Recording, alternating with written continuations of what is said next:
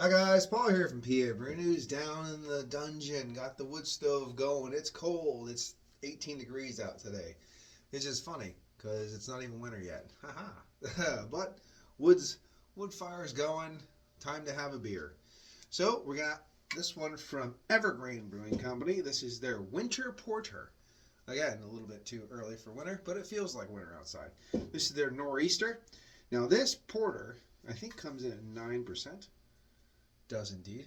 And then it is brewed with vanilla, fig, chestnut, and maple syrup. Interesting. Let's try it. Had their Baltic Porter recently too. That was all right. Tell you what, for a Pennsylvania brewing company that does a consistent, and I mean year-round basically, Baltic Porter that's awesome, is Wellsboro House in Wellsboro, Pennsylvania. Definitely go get you some of that. Anyway, let's try to label out, folks. Let's see if I can show you the winds a blowing. The northeastern winds were blowing really hard this morning, and they were cold. So let's drink this beer right now. Okay, there's a little bit more left in the glass. That's fine. Can. Little cold down here. This beer was down here. I just got home from work a little bit ago. I had the wood stove going, trying to warm up the basement a little bit. Not that bad. Not with the wood stove going. Cheers.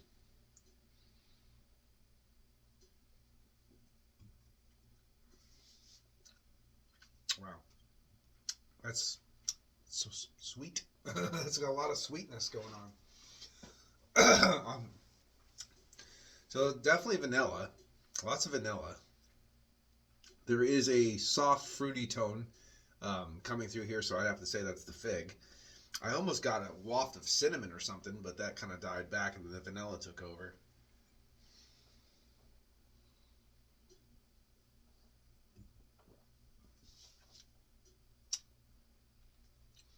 Roasty toasty, of course. Earthy, copper coin, pepperiness.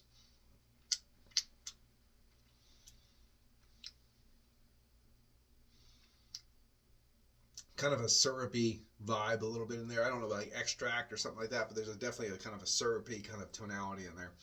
There is a little bit of something like a little bit of a nuttiness, a walnut husk kind of vibe wafting in there in the back of the earthiness, and it's not barrel aged, of course, but there is chestnuts in here that might be roasted chestnuts, probably giving a little bit of that earthy, nutty tonality.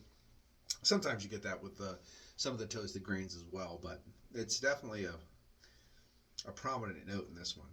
So that's out on point. Let me see if I can try to get this whole dark fruit thing and pinpoint a fig.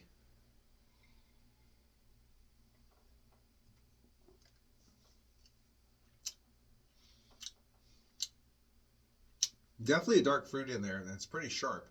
It comes to me almost like a black cherry kind of vibe too. So give that give or take what it may. There is a dark fruit tone out. There's a dark fruit tonality in there. Um, it's more like a instead of like a rich porter, it's coming off more like a Christmas, um, like a dark Christmas ale kind of a thing, more so than just a winter porter. So, I mean, this to them, well, I mean, this must be if you the figs and the chestnuts and the that kind of thing. I guess that's it's coming off as a winter ale. Um, because of the dark fruit and there's caramel, there's dark fruit, there's that vanilla, there's some nuttiness, there's I almost forget that I'm drinking a porter or a stout. It almost thinks like it's just more of like a really really rich malt forward just ale, just a regular just lots of caramel malt ale, more so than a dark porter or a stout.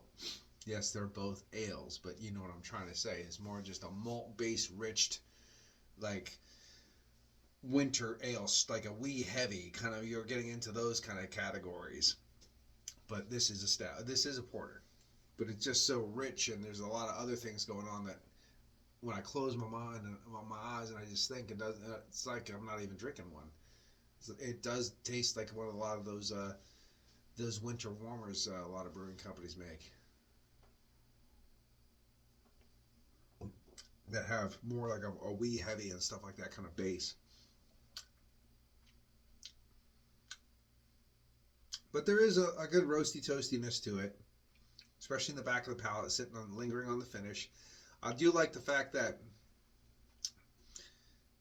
the nuttiness, the little tannic tonalities, the roasty toasty, the earthy pepperiness, the little bit of copper coin in the back of the palate, it kind of dries it out a little bit, kind of balances that figginess. It kind of balances some of those syrupy, sweet tonalities that this has, like the vanilla and things. So I wouldn't want more than one. And there's spices on my palate. Now this doesn't say, excuse me, this doesn't say it's got spices, but there's something besides vanilla lingering on the palate. Almost like a nutmeg kind of vibe. Something's going on. Maybe the chestnuts are giving that. I don't know. But yeah, definitely wouldn't want more than one of these. I mean, it was $5.99 a can I was charged, and I don't like paying that much money in general, so one is fine. One is fine for me. I did have their Quarry again, which is their dark mild, and that's a beautiful beer. I love dark milds. I just actually got done drinking a keg of my own dark mild, and I love dark mild. So the Quarry was only $3.99, and I don't mind paying that for a nice big can of dark mild because it's really good. So if you do see that lingering on your shelves, pick it up because it's fantastic.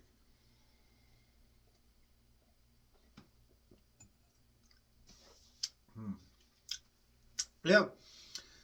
Um, I think the body's good for this. Is like there's that kind of syrupy stickiness to it a little bit, so it kind of gives it that little extra body, but it's still in that like high side of a medium category. So proper area for the body. Nice lacing. The flavors, I would say. Now I can't pinpoint fig. I'm not, never. I just don't go. Every season I just eat figs. That's not me. But there is a distinct dark fruit tonality. Like I said, it kind of comes off as a weird black cherry kind of thing. Sometimes I get that with adjuncts and stuff, but the figs, it says there's fig in there, so. Excuse me. Sorry, I got a bunch of wood smoke in the face.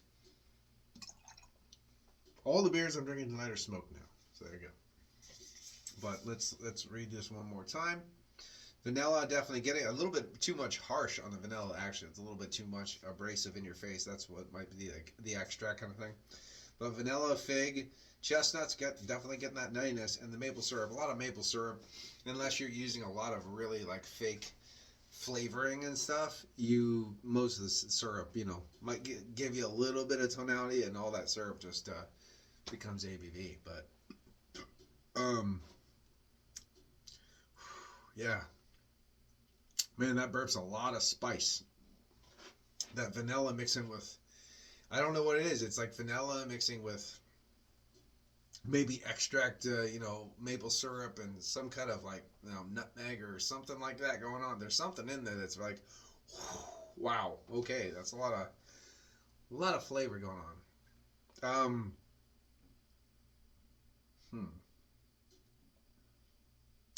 It's an as advertised beer. I would say so. I would say this is an as advertised beer.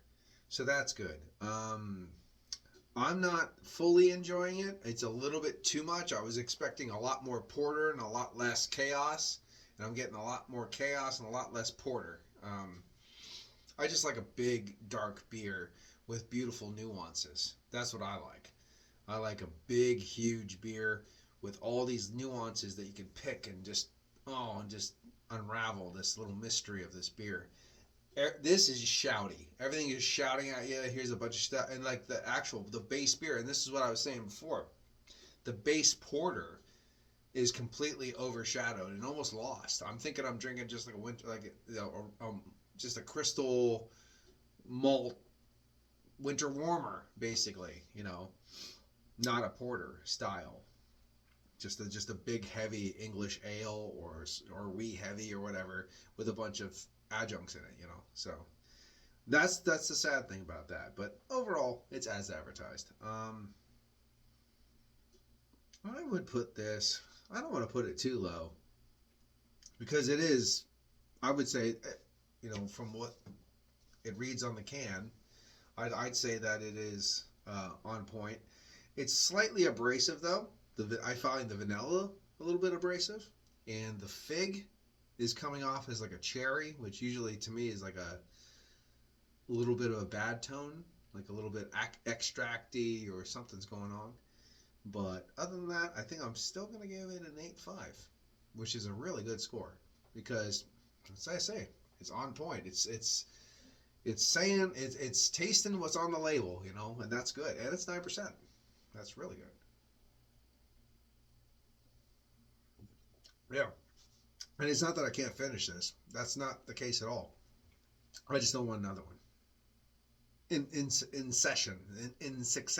I wouldn't want more than one.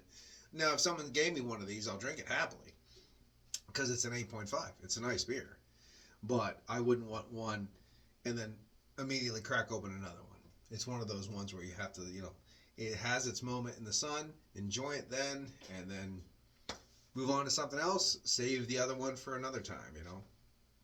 But to chill in front of the fireplace with this would not be a bad time at all, and I think that's exactly what I'm going to do after I shut this camera off. So anyway, this has been Paul for PABrewNews, Evergrain's Nor'easter Winter Porter, 8.5. This has been Paul for PABrewNews. I said that already.